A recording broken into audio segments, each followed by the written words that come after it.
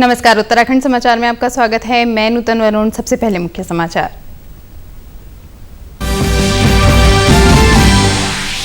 उधम सिंह नगर में आज 4 corona positive case आए सामने। अब राज्य में कुल 20 एक्टिव केस, 46 मरीज स्वस्थ होकर घर लौटे।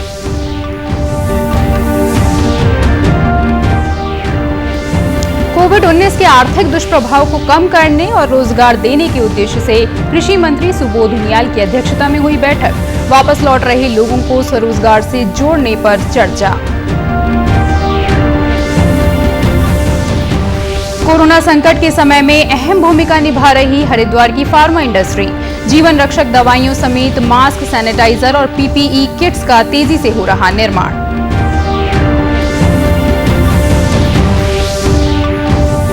और दूसरे राज्यों से उत्तराखंड आने के लिए अब तक करीब 1,80,000 प्रवासियों ने कराया पंजीकरण। करीब 24,000 लोग लौट चुके हैं अपने घर। और अब समाचार विस्तार से। कोरोना संक्रमितों का आंकड़ा आज एक बार फिर बढ़ गया है। उधम सिंह नगर में आज 4 कोरोना पॉजिटिव मामले सामने आए हैं, जबकि एक मरीज को स्वस्थ होने के बाद आज डिस्चार्ज कर दिया गया है। इस तरह राज्य में अब कुल 67 कोरोना पॉजिटिव केस हो गए हैं, जिनमें से 20 एक्टिव केस हैं, जबकि अब तक कुल 46 मरीज स्वस्थ होकर घर लौट चुके हैं। कोरोना संक्रमितों के दुगना होने की दर 38 दिन हो गई है। आज कृषि और उद्यान मंत्री सुबोध उनियाल की अध्यक्षता में कोविड-19 के आर्थिक दुष्प्रभाव को कम करने और रोजगार देने के मकसद से गठित उप समिति की पहली बैठक हुई। बैठक के दौरान कृषि और कृषि से जुड़े अन्य क्षेत्रों में आर्थिकी सुधारने और घर वापस लौटे लोगों को स्वरोजगार से जोड़ने के मुद्दों पर चर्चा की गई। कृषि मंत्री सुबोध उनियाल ने कहा कि पर्यटन के साथ खेती, पशुपालन और उससे जुड़े क्षेत्रों में लोगों को रोजगार से जोड़ने की संभावनाएं हैं। उन्होंने कहा कि लॉकडाउन से राज्य की अर्थव्यवस्था प्रभावित हुई है। हमारे यहाँ जो माइग्रेंट्स हैं उनकी संख्या और भी बढ़ सकती है और स्थानीय स्तर पर भी काफ़ी संभावनाएं, जैसे होटल इंडस्ट्री, हमारे यहाँ टूरिज्म इंडस्ट्री, तमाम इंडस्ट्री जो हैं इनके लॉकडाउन के कारण काफ़ी रोजगार की समस्या खड़ी हुई है। तो कैसे एग्रीकल्चर, कोऑपरेटिव और पशुपालन और जो हॉर्टिकल्चर, जो एग्रीकल्चर और अलाइड क्षेत्र हमारा है, इसके माध्यम से किस तरह लोगों की आजीविका को मजबूत किया जा सकता है, किस तरह नए रोजगार के संसाधन पैदा किए जा सकते हैं कि एक तो हम जो रिवर्स माइग्रेशन हुआ इनको उत्तराखंड में रोकने में सफल हों और साथ साथ हमारे उत्तराखंड के हर आदमी की आर्थिकी को मजबूत करने के साथ साथ राज्य की आर्थिकी को भी हम ट्रैक पे ला सकें। इसको अगर आप पैसों में आंकने की बात करोगे तो आसान नहीं है, लेकिन जैसे उत्तराखंड में ही करीबन मैंने 7,000 करोड़ का तो सीधा नुकसान का आंकलन किया ही गया है। लेकिन जो बाहर से लोग आ रहे हैं, जिनके जॉब चले गए, उस नुकसान को आप आंकलन ऐसे नहीं कर सकते। बैठक में महिला कल्याण एवं बाल विकास राज्य मंत्री रेखा आर्य, उच्च शिक्षा एवं सहकारिता मंत्री डॉक्टर धन सिंह रावत और मुख्य सचिव उत्पल कुमार सिंह समेत कई वरिष्ठ अधिकारी मौजूद थे। अन्य राज्यों में फंसे प्रवासियों को उत्तराखंड लाने के लिए स्पेशल ट्रेन की अभी कोई तारीख तय नहीं की गई है। परिवहन सचिव शैलेश बगोली ने आज बताया कि सोशल मीडिया पर ट्रेन चलने की तारीखों को लेकर जो खबरें चल रही हैं वे गलत हैं। ट्रेनों का संचालन जब भी होगा उसकी सूचना दी जाएगी।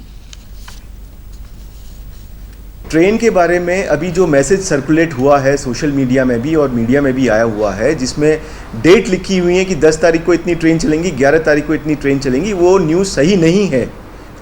अभी सिर्फ एक 11 तारीख को हमारे पास एक इंडिकेशन आया है कि बेंगलोर से ट्रेन चलेगी, वो भी अभी एक इंडिकेशन है। इसके अलावा अन्य किसी प्रदेश से और रेलवे की तरफ से अभी कोई इंडिकेशन नहीं है कि किस तारीख को हमारी ट्रेन चलेगी। जब भी डेट तय होगी अगले 2-3 दिन में या 4 दिन में, तब हम सूचित सभी को करेंगे कि किस तारीख को हमारी ट्रेन चल रही है। कोरोना संकट में हरिद्वार की फार्मा इंडस्ट्री अहम भूमिका निभा रही है। यहां लगभग 100 फार्मा इकाइयां दवा बनाने के काम में जुटी हुई हैं। उत्तराखंड फार्मा इंडस्ट्रीज एसोसिएशन के महासचिव अनिल शर्मा का कहना है कि भारत की कुल आवश्यकता की 20% दवाइयां उत्तराखंड में बनाई जाती हैं।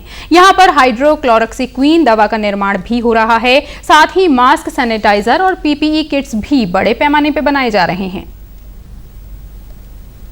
टोटल इंडिया का जो टोटल प्रोडक्शन है उसमें वॉल्यूम वाइज करीब 20% से एबव हम लोग कंट्रीब्यूट करते हैं। जिसमें हमारे सारी तरह की दवाइयाँ बनती हैं। हिंदुस्तान की जो भी आवश्यकता है, काफ़ी कंट्री में एक्सपोर्ट हरिद्वार से या उत्तरांचल से हो रहा है, काफ़ी देशों में। और हम अब जैसे सैनिटाइज़र वगैरह की यदि मैन्युफैक्चरिंग की बात करें तो लगभग 25% हमने ऑल इंडिया में जितना सैनिटाइज़र बनाया उसका 25% हरिद्वार से या उत्तरांचल से ही सप्लाई हुआ है उसमें पूरे। वहीं फार्मा इंडस्ट्रीज एसोसिएशन के उपाध्यक्ष विजय शाही का कहना है कि दवाइयां बनाने में कच्चे माल की कमी की वजह से दिक्कत आ रही हैं। उन्होंने बताया कि लॉकडाउन में छूट मिलने के बाद उपलब्ध संसाधनों के साथ हरिद्वार की फार्मा इंडस्ट्री अपनी क्षमता का 50% तक इस्तेमाल कर रही है। इसके अलावा कार्य के दौरान जरूरी सावधानी भी बरती जा रही है।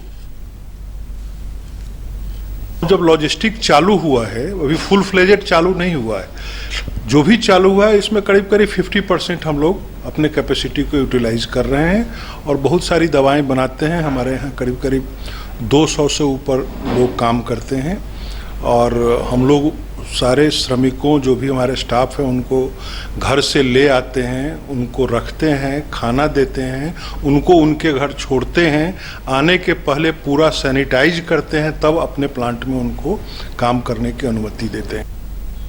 हरिद्वार में बन रही दवाइयों की आपूर्ति देश ही नहीं बल्कि विदेशों में भी की जा रही है। दवाइयों की कंपनियां अपना अहम रोल अदा कर रही हैं। दिन रात काम करके देश की महामारी के लिए इस काल में दवा की आपूर्ति सुनिश्चित करने का काम कर रही हैं। Devendra Sharma, DD news, Haridwar. Lockdown के दौरान बड़ी संख्या में प्रवासियों की घर वापसी हो रही है। दूसरे राज्यों से उत्तराखंड आने के लिए अब तक करीब 1,80,000 प्रवासियों ने पंजीकरण करवाया है। इनमें से करीब 24,000 लोगों को राज्य में वापस लाया जा चुका है, जबकि करीब 22,000 लोगों ने उत्तराखंड से दूसरे राज्यों में जाने के लिए ऑनलाइन पंजीकरण करवाया है। आज देहरादून से 1,000 से अधिक लोग चमोली के गौचर पहुंचे। सभी को थर्मल स्क्रीनिंग के बाद होम क्वारंटीन किया गया और आरोग्य सेतु ऐप डाउनलोड कराया गया। घर पहुंचकर इन सभी लोगों ने राहत की सांस ली। कल हमारे पास जो है देहरादून से 41 बसें आई हैं, जिनमें 1015 यात्री आए हैं और सभी को यहाँ से गौचर से विभिन्न तहसीलों में बसों के माध्यम से, लोकल टैक्सियों के माध्यम से भेजा गया और यहाँ पे हमने खाने की पूरी व्यवस्था की गई थी। किसी को कोई दिक्कत नहीं थी।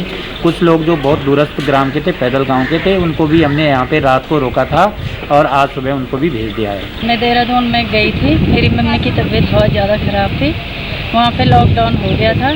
कल मैं यहाँ पे पहुँची हूँ गौचर में। आज सब प्रशासन ने हमारी काफ़ी मदद की है।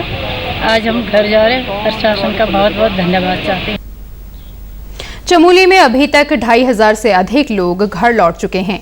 पौड़ी में भी गुरुग्राम से लौटे लोगों को क्वारंटीन किया गया है। शुक्रवार को थलीसैंण के 107 लोग पौड़ी के कंडोलिया मैदान पहुंचे, जहां स्वास्थ्य परीक्षण के बाद उन्हें उनके गांव तक पहुंचाया गया। ये सारे गुरुग्राम से आए थे।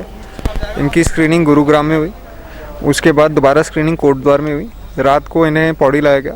अब सुबह इनको नाश्ता खिला के इनका रिकॉर्ड चेक करके रूट चार्ट के हिसाब से इन्हें इनके जो भी इलाके हैं जहाँ से ये लोग हैं वहाँ इन्हें भेज दिया जा रहा है। क्वारंटाइन वहीं किया जाएगा। गांव में हमने दो व्यवस्था कर रखी है, होम क्वारंटाइन और इंस्टीट्यूशनल क्वारंटाइन। यदि उनके घर में इतनी जगह है कि सेपरेट टॉयलेट और सेपरेट रूम है तो वो होम क्वारंटाइन किए जा सकते हैं। उधर चंपावत में शुक्रवार को परिवहन निगम की 28 बसों से 700 से अधिक लोगों को लाया गया।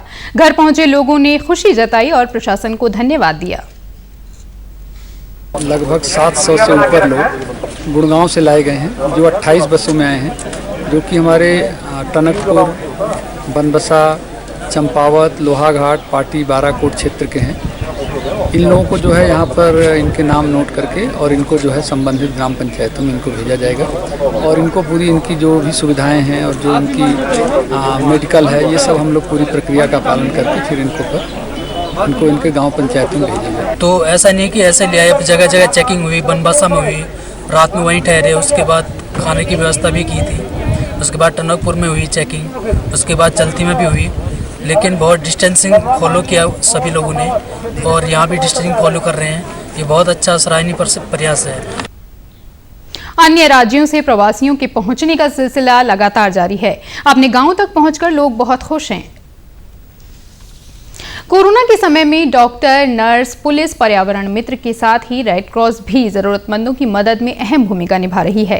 रेड क्रॉस की ओर से अभी तक बागेश्वर के 250 गांवों में कोरोना के प्रति जागरूकता अभियान चलाने के साथ ही 6 लाख रुपयों के लागत की 1022 खाद्यान्न किट बांटी गई हैं। इसके साथ ही संस्था के कार्यकर्ताओं द्वारा 750 लोगों के फोन में आरोग्य सेतु ऐप भी डाउनलोड करवाया गया है। बागेश्वर के रेड क्रॉस सचिव आलोक पांडे ने बताया कि कई गांवों में रसद पहुंचाने का कार्य भी जारी है। जो नामी ग्लेशियर से लगे हुए गांव हैं हमारे बागेश्वर जनपद के, कीमू, गोगीना, यहाँ के जो इंटीरियर के लोग हैं उन तक भी क्या बोलते हैं राशन पहुँचाया है। और इस राशन में हमारा चावल, आटा जो कि यहाँ नहीं होता है, उसके अलावा नमक, तेल आदि जो भी आवश्यक सामग्री हैं, खाद्य सामग्री, उनको इन तक पहुंचाने का काम किया है। रेड क्रॉस के साथ ही अजीम प्रेम जी संस्था भी गांव में भोजन अभियान चला रही है ताकि मुश्किल समय में किसी को राशन का संकट ना हो। कीमू और गोगीना में लगभग 50 परिवारों को राशन उपलब्ध कराया है, क्योंकि इस क्षेत्र से काफ़ी समय से लोगों के फ़ोन आ रहे थे और राशन की समस्या को लेकर लोग आग्रह कर रहे थे। तो यहाँ आज लोगों को हमने राशन उपलब्ध कराया है। बागेश्वर की जिलाधिकारी रंजना राजगुरु ने रेड क्रॉस को मातृ नागरिक समाज संगठन के लिए नामित किया है और शासन ने भी इसे स्वीकार कर लिया है। यदि रेड क्रॉस की बात करें तो रेड क्रॉस सोसाइटी हमारी बहुत अच्छा कार्य कर रही है और इनको देखते हुए हमने जनपद का mother CSO red cross society को नामित किया है और इनके माध्यम से बहुत अच्छा कार्य हो रहा है। हमारी एक मीटिंग भी हुई थी तो उसमें हमने इनको आपदा प्रबंधन प्राधिकरण से हमने 25,000 रुपये की मदद भी करी है और लगातार हम ईंधन इत्यादि भी रेड क्रॉस समिति को उपलब्ध करा रहे हैं।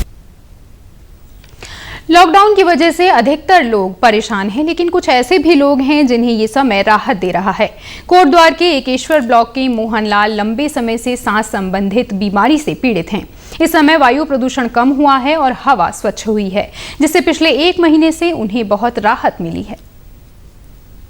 तब से हमारे जो है पर्यावरण में भी कुछ सुधार हुआ है और मैं खुद अपने को महसूस कर रहा हूँ कि ये जो बीमारी मुझे श्वास के काफ़ी सालों से चल रही है, पर अभी आजकल जो है मैं थोड़ा अपने को स्वस्थ महसूस कर रहा हूँ और आज मैं अपने गांव जाने को भी तैयार हूँ। इस दौरान सड़कों पर वाहनों के कम निकलने से वायु प्रदूषण का स्तर कम हुआ है। कोटद्वार के राजकीय बेस अस्पताल के वरिष्ठ फिजिशियन डॉक्टर JC ध्यानी कहते हैं कि इस समय सांस की बीमारियों से जुड़े मरीजों की संख्या में कमी आई है।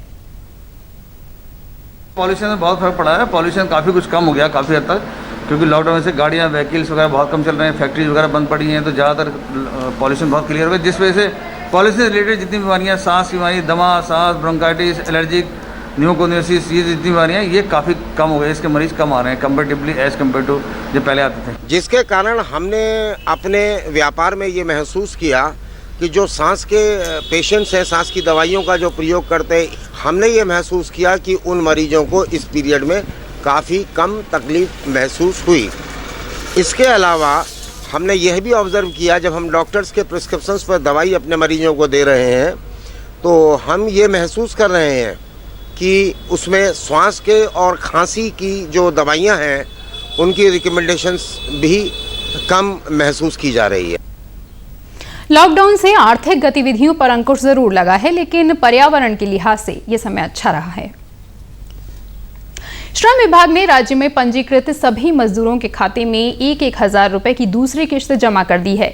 इस कड़ी में अल्मोड़ा, पिथौरागढ़, चंपावत और बागेश्वर में पंजीकृत मजदूरों के खाते में अब तक कुल 6 करोड़ रुपए जमा किए जा चुके हैं। इन 4 जिलों के प्रभारी सहायक श्रम प्रवर्तन आयुक्त उमेश राय ने बताया कि अल्मोड़ा में 5,825 मजदूरों को कार्य के लिए पंजीकृत किया गया है।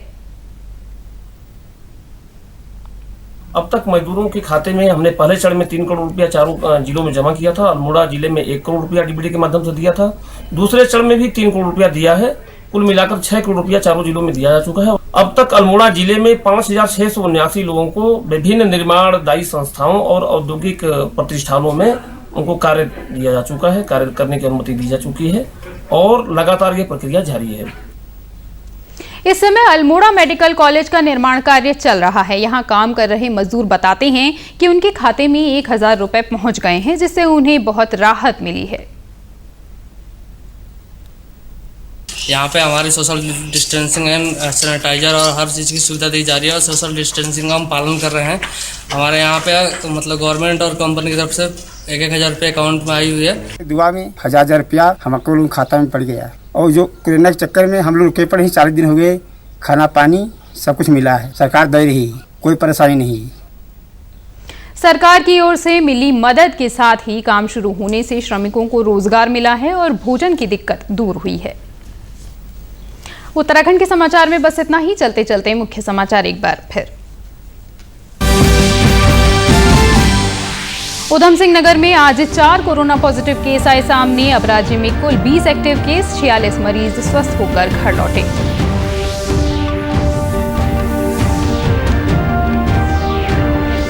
कोविड-19 के आर्थिक दुष्प्रभाव को कम करने और रोजगार देने के उद्देश्य से कृषि मंत्री सुबोध उनियाल की अध्यक्षता में हुई बैठक। वापस लौट रहे लोगों को स्वरोजगार से जोड़ने पर चर्चा।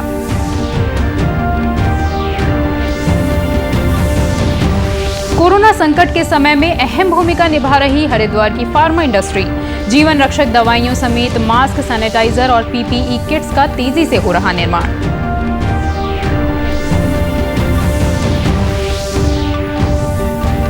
और दूसरे राज्यों से उत्तराखंड आने के लिए अब तक करीब 1,80,000 प्रवासियों ने कराया पंजीकरण। करीब 24,000 लोग लौट चुके हैं अपने घर। इसी के साथ समाचार समाप्त हुए। नमस्कार।